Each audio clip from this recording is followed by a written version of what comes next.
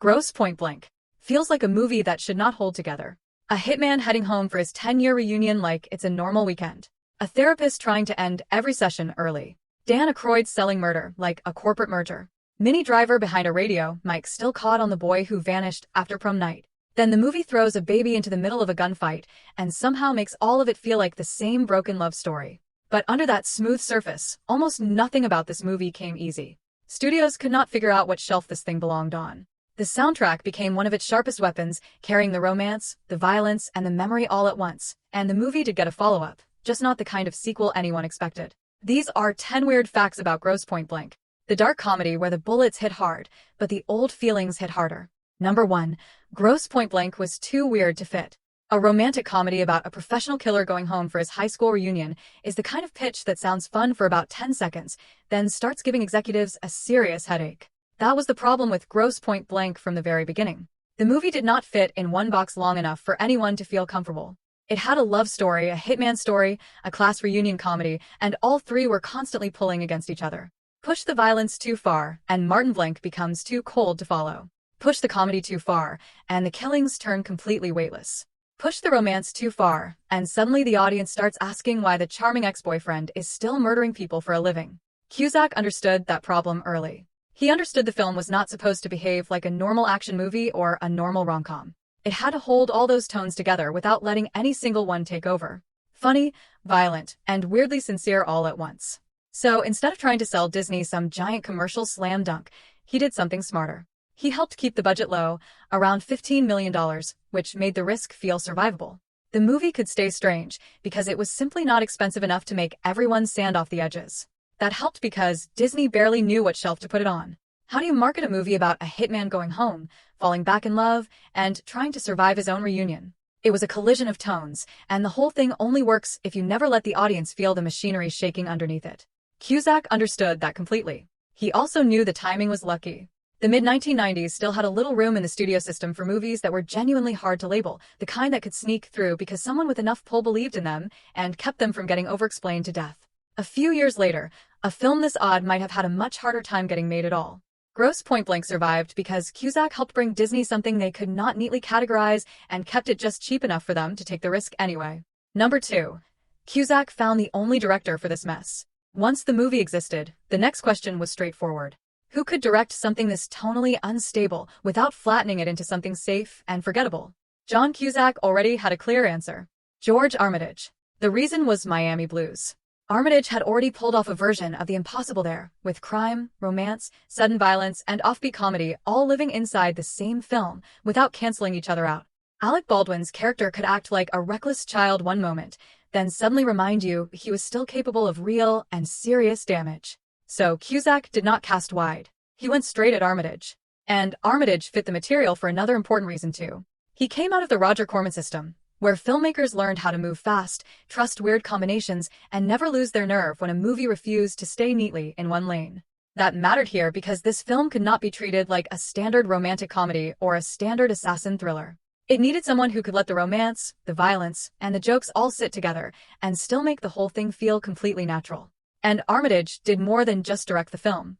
When he got his hands on the script, it was far too big, around 150 pages, and far too loose for a movie that needed sharp rhythm to survive. So he started cutting hard, bringing it down to about 102 pages, and suddenly the spine got much clearer. Martin goes home, runs into Debbie, and the life he thought he could manage starts stalking him all over again. Armitage later said he did as much writing as anyone on the film, even though he never took a screenwriting credit. He could have fought for one, but he didn't, because taking it would have cut into the credited writer's royalties, and he simply let it go. He did not just direct the movie. He tightened it until all the strange parts could finally work together. Number 3. The movie stayed dangerous on purpose. Most movies lock the script before production begins. Then they protect every page like it was handed down from above. Grosse Pointe Blank went the other way entirely. John Cusack did not want the material sealed shut before cameras rolled. His idea was to get the script to about 70 or 80%, then leave the rest deliberately open for the cast to discover. That was not indecision. That was the plan from the start. He knew exactly who he was bringing in. Alan Arkin, Dan Aykroyd, Minnie Driver. He did not want actors of that caliber trapped inside a movie that had already stopped breathing before they even arrived. So the script stayed loose on purpose, and that freedom changed the entire atmosphere on set.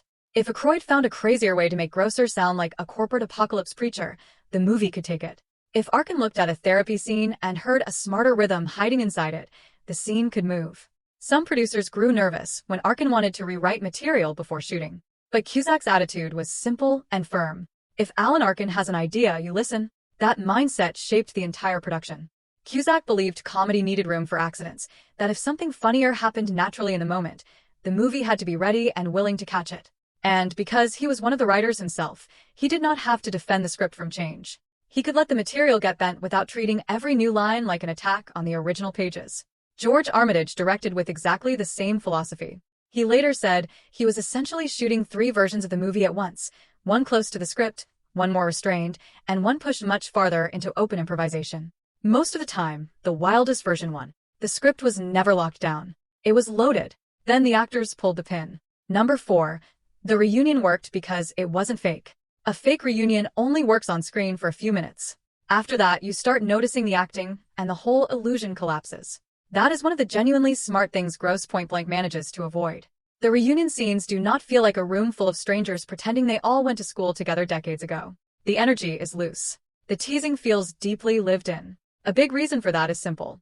John Cusack did not build that world from scratch. He pulled a lot of it directly from his real life. The clearest example is Jeremy Piven. The two had grown up together in Chicago and came out of the same theater world around the Piven Theater Workshop. So by the time they made this movie, they already had years of genuine shared rhythm. They knew how to interrupt each other, how to joke, how to push a conversation until the momentum itself became the joke. That real history shows up immediately on screen. Scenes between them do not feel carefully arranged or rehearsed. They feel like old habits waking back up after a long sleep. That is exactly why the 10 years bit lands the way it does. John Cusack shows up as Marcella and brings a different, but equally grounded kind of energy, and the rhythm between her and John does not need much construction beneath the surface, because that sibling instinct is completely real. Then you get and Cusack and Bill Cusack folded into the reunion as well. And plays the drunk former classmate at the diner, a little side detail that feels both funny and genuinely sad at the same time. Bill turns up among the attendees, not as some giant featured showcase, but simply as another familiar face helping the room feel naturally populated instead of staged. That means 4 of the 5 Cusack siblings ended up in the same movie, and it never once feels like a stunt. It feels like a film built around people who already knew each other's rhythm long before the camera showed up. That same pattern extended behind the camera too.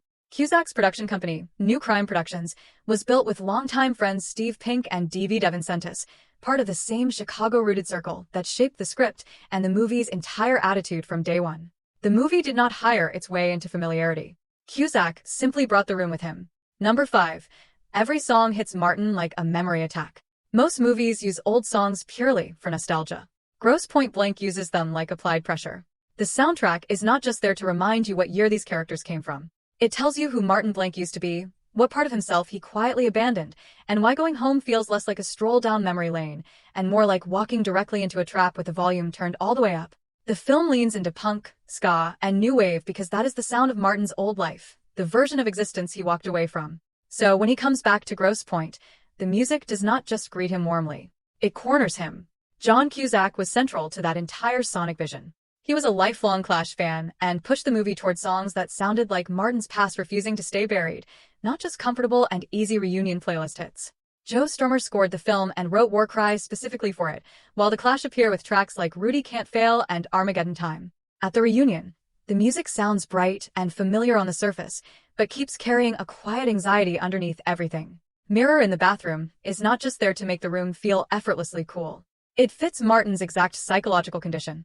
He is standing in the middle of his old hometown trying to act completely normal while his identity quietly cracks in every direction. Then the movie flips the music into something almost comedic during the convenience store shootout, where Live and Let Die turns the violence into something simultaneously dangerous and utterly ridiculous. The song does not soften the scene. It tilts it sideways. Suddenly the gunfight feels like the entire movie compressed into one sequence, stylish, absurd, and perpetually on the verge of coming completely apart. The soundtrack does not make the film feel cool just for the sake of cool. It makes Martin Blank feel genuinely haunted. Number 6. Grosse Pointe Blank got close enough for Tarantino. At first glance, Grosse Pointe Blank looks like it could easily be living inside Tarantino country. The dialogue crackles, the violence arrives without much warning, and the movie can pivot from nervous flirting to sudden gunfire in a single breath. But Grosse Pointe Blank is doing something stranger and more personal underneath. Tarantino's criminals tend to feel completely at home in their dangerous world, like the violence and the style are simply the air they breathe. Martin Blank is fundamentally different. He is dragging his criminal life back to his hometown, trying to survive a reunion, trying to repair the one relationship that still actually matters to him, and quietly wondering whether he even wants to keep being the man he has become. Tarantino noticed that difference. The bridge between them was Armitage. Tarantino already admired his work deeply, especially Miami Blues, and when Armitage made a story about a hitman coming home carrying old love and fresh guilt, that was close enough to Tarantino's world to genuinely catch his attention. He liked it enough that he almost physically appeared in the film. During the Ultimate Shootout, Armitage wanted to slip in a small Pulp Fiction nod, and Tarantino was willing to show up in the scene himself, possibly just to get shot or blown up in the chaos. Scheduling prevented it, but the trace remains. A Pulp Fiction lobby card sits quietly in the background of the store like a private wink between two very different crime comedy worlds. Number 7. Cusack's final fight was against his real teacher.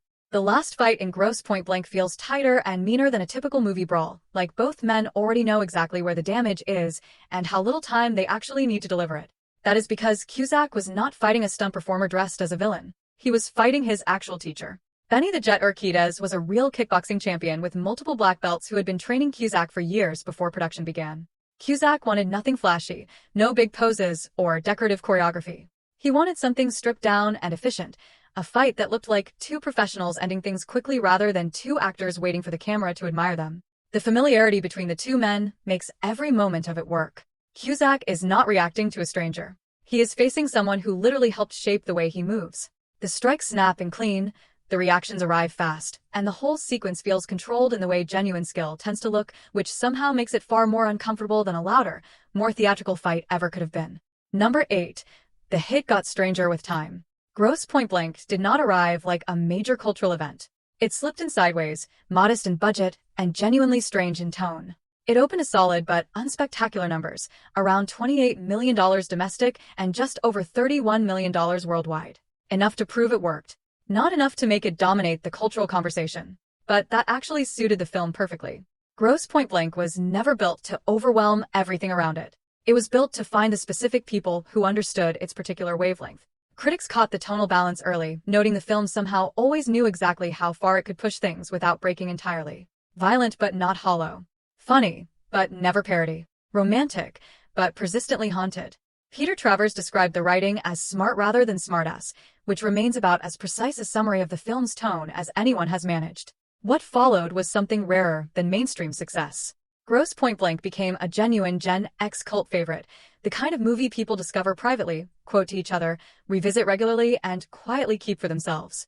Not a film that belongs to everyone. A film that hits considerably harder when it feels like it belongs specifically to you. Number 9. It got a sequel that wasn't really a sequel. The official sequel never materialized. Disney released the original, watched it slowly build its devoted audience, and still never treated it as the beginning of a franchise. So John Cusack took the leftover creative energy somewhere else entirely, producing War Incorporated. It was not sold as a sequel, but the connection is immediately obvious. John Cusack returns in a similar unstable assistant role. Dan Aykroyd reappears with that same oily corporate menace. But War Incorporated has the same DNA without the same essential balance. It pushes harder into satire and ugliness without the emotional center that made the original hold together so precisely. Grosse Pointe Blank kept one foot firmly in romance and regret. War Incorporated feels rougher, meaner, and far less precise about where the audience's emotional investment is supposed to actually land. The numbers reflected that gap sharply, with the film earning roughly $1.3 million theatrically against a $10 million budget. The ingredients were recognizable. The rhythm simply was not there. Grosse Pointe Blank never got its proper sequel. It got something stranger instead, proof that the hardest part was never generating more story. It was rediscovering the exact and delicate balance the first film had only managed to achieve once. Number 10. The writer's quiet return ended in tragedy. Years after Grosse Pointe Blank had fully found its devoted audience, the man who first wrote it returned to it for one quiet evening, and that evening became his last. Tom Jankovich was never a loud or celebrated Hollywood name. He wrote the original script, but most of his career existed in quieter, less visible corners of the industry, uncredited script doctoring, journalism, copywriting, work that genuinely mattered without ever making him a recognizable public figure. Grosse Pointe Blank was the project his name remained most clearly attached to. Then in January 2013, he received a last-minute invitation from a professor at California State University, San Bernardino, to attend a screening of the film and speak with students afterward. He had only heard about it that same day but said yes anyway, partly because his brothers had attended the school. Around 75 students watched the film that night, then listened as Jankovic talked openly about writing, Hollywood, and the strange independent life a movie develops once it fully leaves its creator behind. It was small and casual, the kind of appearance that barely creates a ripple beyond the immediate room. Then, during the Q&A, Jankovic suddenly stopped feeling well. Within moments, he collapsed. People in the room began CPR immediately, and paramedics rushed him to hospital. By 10:51 that night, he was gone. He was 49 years old, still actively working with a new script and a book already in progress. The screening was supposed to be just a brief detour, a quiet return to a film that had become his most lasting legacy. Instead, it became the final time he would ever speak about it publicly. That gives Grosse Pointe Blank one of the strangest and most melancholy aftershocks any cult film can carry. Its original writer came back for one perfectly ordinary night of conversation and never made it home. Grosse Pointe Blank does not play its contradictions safely. It lets a hitman walk into his 10-year reunion like it is just another professional obligation. It lets the love story breathe honestly through the body count. And it lets Martin Blank remain funny, genuinely dangerous, and quietly wrecked all at once. The surface is a comedy. The damage underneath is completely real.